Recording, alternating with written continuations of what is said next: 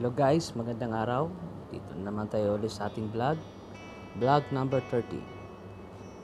Cordless drill, model BDF 456. Ito yung drill lang to guys, pero maganda to na klase ng drill. Itong cordless drill na to, kasing halos pares lang to ng cordless na DHP 456. Ito naman BDF 456. Ang kaibahan nito guys, kasi siya drill lang. Yun kasing DHP 456 combination hammer. Yan isa lang siya yung drill. Ito yung guys, DHP 456. Tatlo yan, combination hammer kasi yan tatlong settings. Pwede mo ipamputa sa semento kasi may hammer.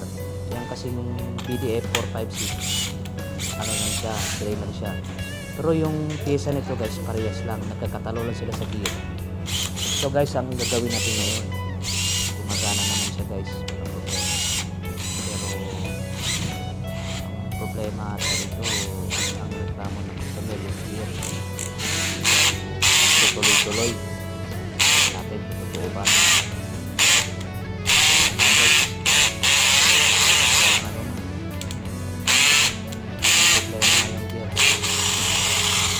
Yung motor pero hindi na umikot yung shock, yung gear, problema sa loob nito, kaya palitan natin to guys ng bagong gear. Yan lang ang problema nito, pero bago yan guys, buksan muna natin. Ito pala yung ginagamit ko pang testing, yung PX105. Yan kasi, tsaka madalas sila ginagamit itong BDF 456 guys. Ginagamit ito ng, ang battery talaga nito hindi 18 volts, nasa yung isa yung 14 volts lang talaga ginagamit dito pag BDF 456. Pero pwede mo rin siyang salpakan ng 18 volts. Wala kasi akong available ng 14 volts na battery, kaya ang inilagay ko dito yung 18 volts. Pasok din naman siya dito. Maganda tong cordless na to guys, matibay to guys, dito basta-basta. Tingnan mo naman yung chuck nya, may kalidad talaga. Ito pala guys, pagtanggal dito ng, bago natin palitan ng gear, kailangan tanggalin muna natin yung chuck. Ayun, bago natin matanggal yung chuck, tanggalin muna natin yung screw. May screw kasi sa loob. Yan ang pinaka mahirap na parte guys, pagtanggal ng screw, kasi matigas kasi yung screw nito matigas. Tapos pag natanggal mo na yung screw, pagtanggal na naman ngayon ng chuck, ang tigas. Hindi mo kasi matanggal yung chuck guys pag binuksan mo na, kailangan hindi mo nabuksan. Yan, natanggal ko na yung screw, buti naman, hindi ko pinahirapan.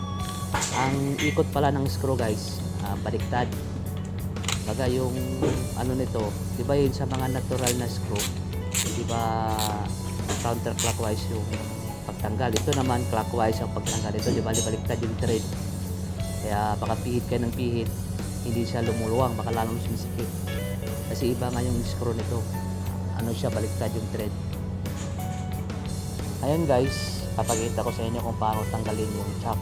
Napakahirap lang ito guys, napakatigas ito. Pero ito medyo kahit paano hindi to gaano katigas, di kagaya nung yung nakaraan, yung DHP 481. Yung mga chuck na yun, yung talagang pinakamatigas sa lahat. Ito mukhang kayang-kaya to guys, kaya wala tong problema. Ngayon ang mangyari ngayon dito, tatanggalin natin yung chuck kasi nga palitan natin ng gear. Hindi naman kasi natin pwedeng isama natin yung chuck kasi nga mahal kasi yung chuck nito kailangan kasi natin talagang tanggalin. Itong gagamitin nyo guys, kumuha kayo ng malaking allig key, papasok na siya dyan. Yan ang sikreto niyan, paano tanggalin. Yan, papasok na siya dyan. Ipitan nyo siya. Kung na-hit na yan, papaluin nyo siya. Ingat na kayo guys, kasi nga pag hindi kasi kayo marunong, baka mapalo kayo niya ng alin. Sakit pa naman yan. Iba niyan, yung hindi marunong, talagang pag-ikot ng drill, tumalo sa kamay nila. Sakit niyan guys. Ayun, anong gagawin mo, tapos papaluin mo siya ganon. Ayun guys, pakita ko sa inyo yung mali. Yan, di ba? Ayaw. Bakit ayaw? Ayun. Kasi ayaw yan kasi nga mali yung palo ko, dapat hindi ganun pahigpit yung ginawa ko guys, pahigpit. Papakita ko sa inyo kung bakit. Diba? Hindi siya matanggal, pahigpit. Kasi tinatry ko, kung ginagawa ko kasi dito pagtagal ito, ihigpitan ko muna siya ng konti bago ko siya tatanggalin kasi para mabilis. Tapos ang problema nito guys, kasi nga yung gear kasi niya hindi na siya kumakapit kasi nga ano na nga siya, di ba? Kaya sumasabay siya. Ngayon ang gagawin mo ngayon, isasagad mo siya ng set doon sa pinakasagad ng number. Tapos kailangan naka loose speed kasi pag naka loose speed kasi yun yung matibay. Ayan, tingnan mo, ayaw ng tigas, sobrang tigas guys, sobrang tigas. Yan, mangangamuti ka niyan. Lalo na pag hindi mo alam yung pihit, talagang mahihirapan ka.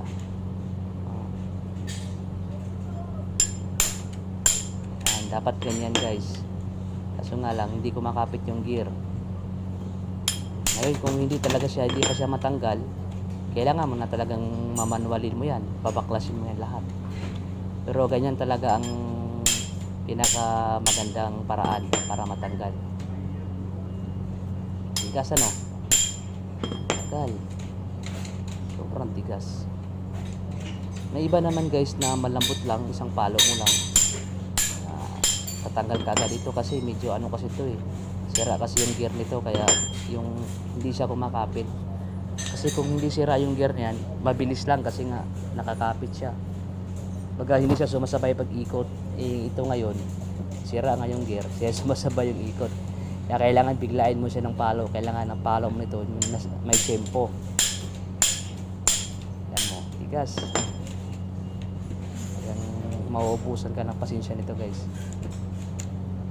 Kaya medyo mahirap. Kaya hindi ganun kadali. Ito lang naman guys ang pinakamahirap na parte pagpalit ng mga cordless, yung pagtanggal lang naman ng chuck. Yung iba namang mga parts niyan madali lang kasi naka flip lang, pero ito lang talagang mahirap tanggalin yan. Tsaka yan kasing chuck na yan kasi yung original na chuck, talagang matibay talaga na chuck yan.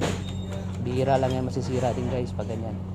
Yun nga lang talaga, may kamahalan din talaga siya. Ayaw pa rin guys, tigas talaga. Nangangamit na nga ako sa kakapalo guys. Gusto ko na sumuko. Yun, nadali din siya sa wakas. Nadali din siya guys. Yan, tanggal na siya. Ganyan guys pagtanggal. Yun, tanggal na siya. Tigas siya masyado. Ganun. Ayun, papalitan natin siya ng chuck. Hindi kasi nito ma-repair guys kasi nga wala nga naman talagang lahat kasi ng cordless guys, walang pyesa yung gear niya. Nakaset talaga yan, kaya hindi ka makakabili. Kahit saan ka pumunta ka pa saan, walang available yung makita na ganyan. Ano yan, disposable yan guys. Pag sabihin, pag nasira, palitan talaga yung buo yan. Except pag nagpagawa ka sa mga maliliit na shop, may mga maliliit kasi na shop, yung mga hindi authorized na makita, maliliit na shop, yan meron sila mga tinatawag na mga unit na yung mga binaklasan, yung mga galing sa scrap, yun ang ilalagay nila sa machine nyo, kaya akala nyo na may pyesa, totoo walang pyesa niyan.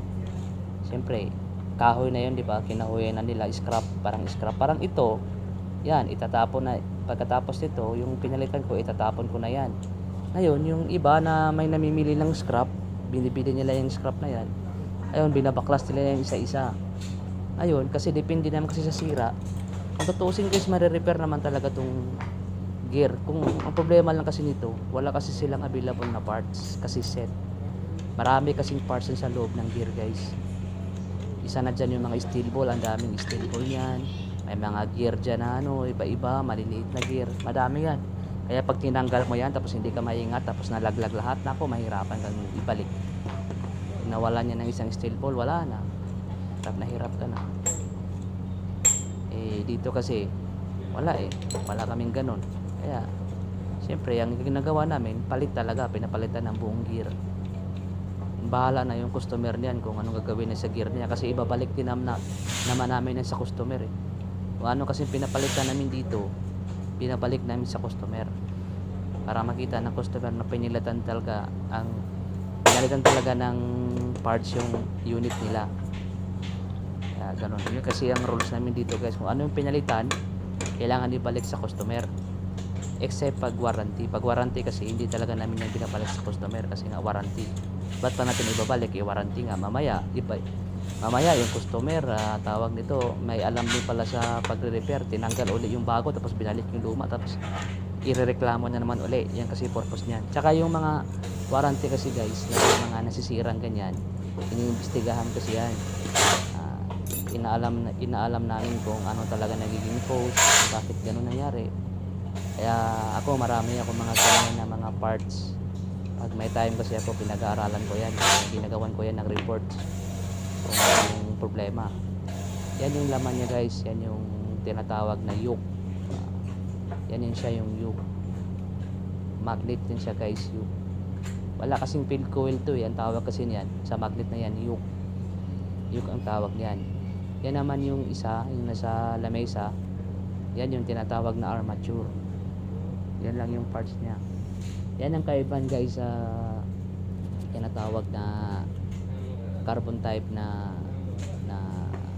drill, na cordless drill, armature at saka yoke. Yung kasing brushless, yun yung tinatawag na stator at saka rotor. Yan siya guys, yan. Pero guys, hindi lahat ng LXT na model na tinatawag na naka armature type, meron pa rin LXT na naka DC motor type.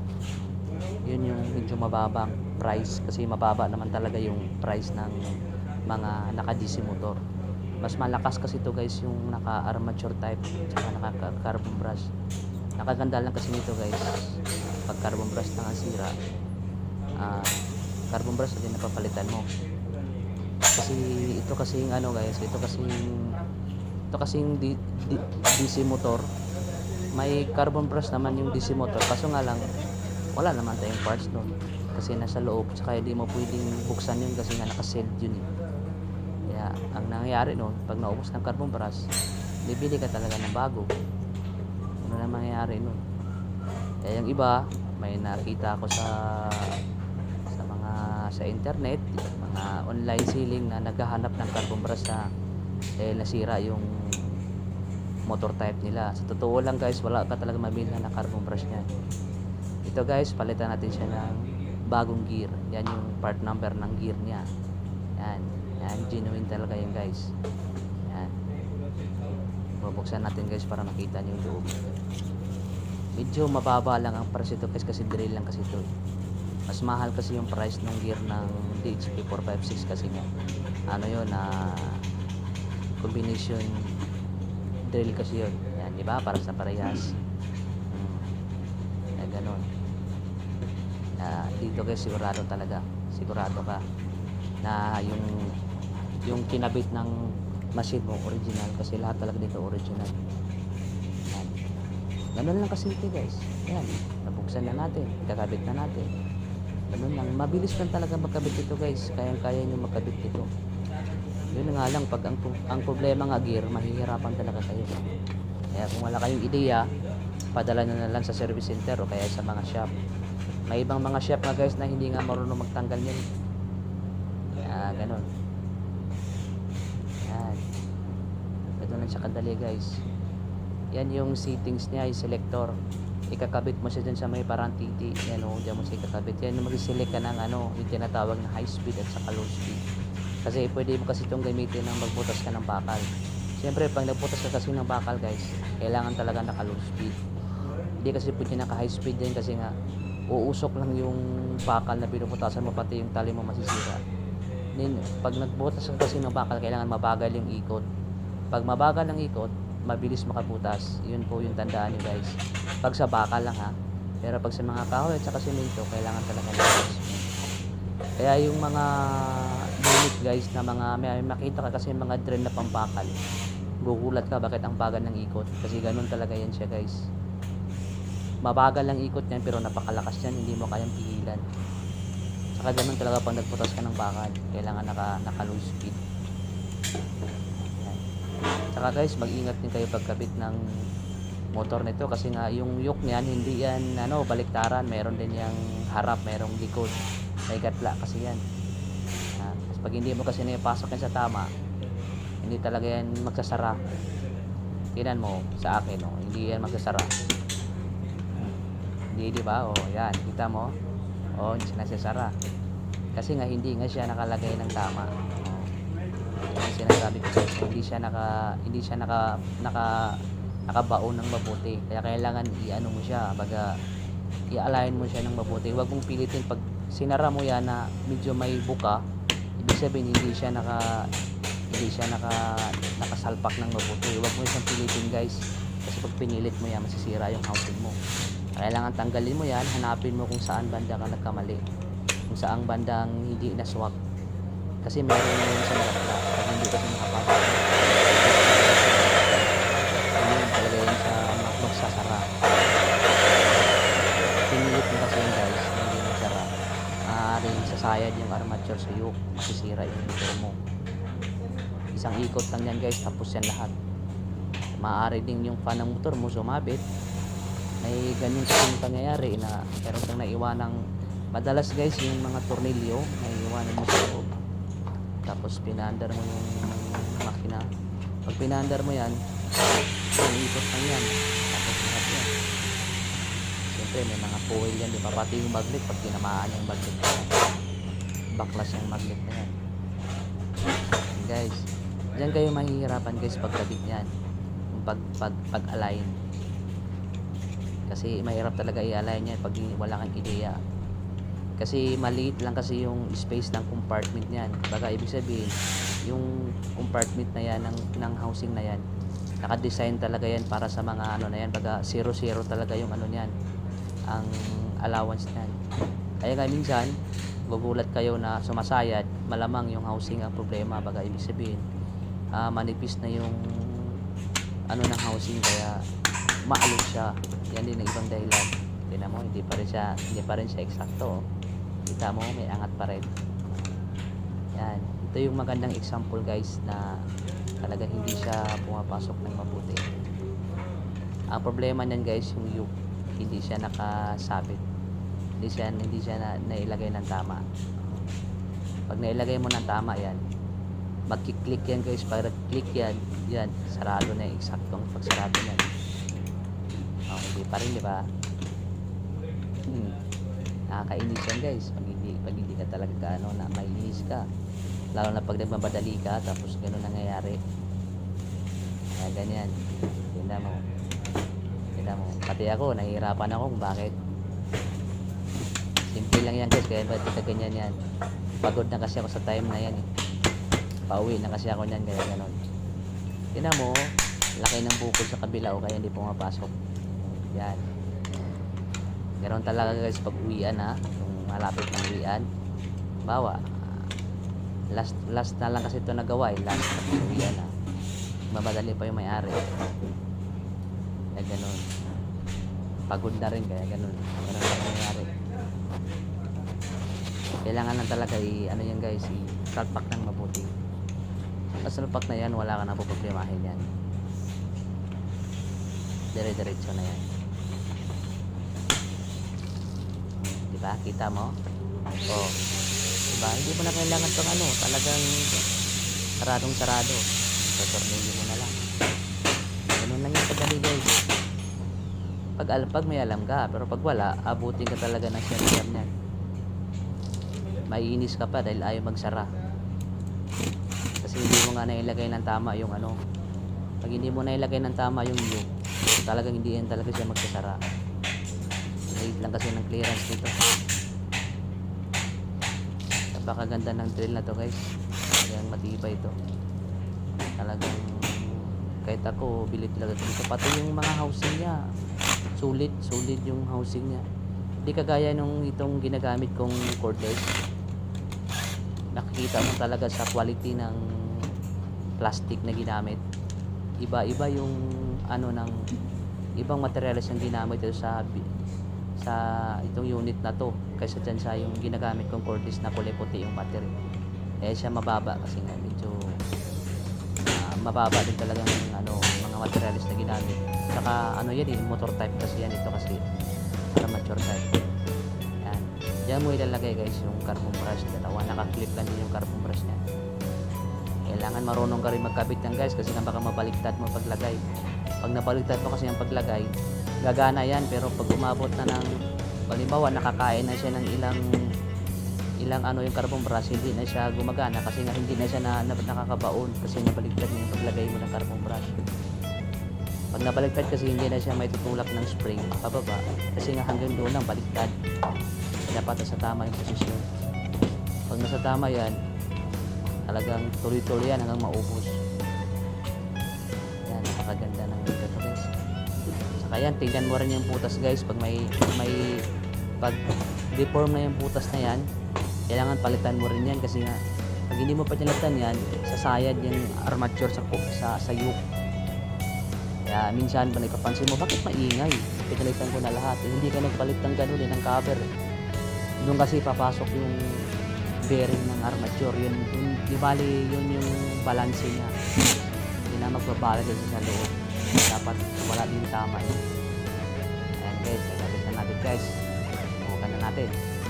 Pagkarin natin. Sa tamang speed natin. Yun o. Saka isa din palang nakaganda nito guys, may ilaw siya. Nakita mo may ilaw. Minsan nga ginagawa ka namin itong flashlight pag may hinahanap kang mga unit dun sa mga sulok-sulukan na medyo madilim. Dala-dala namin itong cordless na to kasi nga may ilaw, diba, ginagawa namin flashlight. Yan guys, kapit na natin yung chuck. Ganyan ang kadali magkabit ng chuck. Ganyan.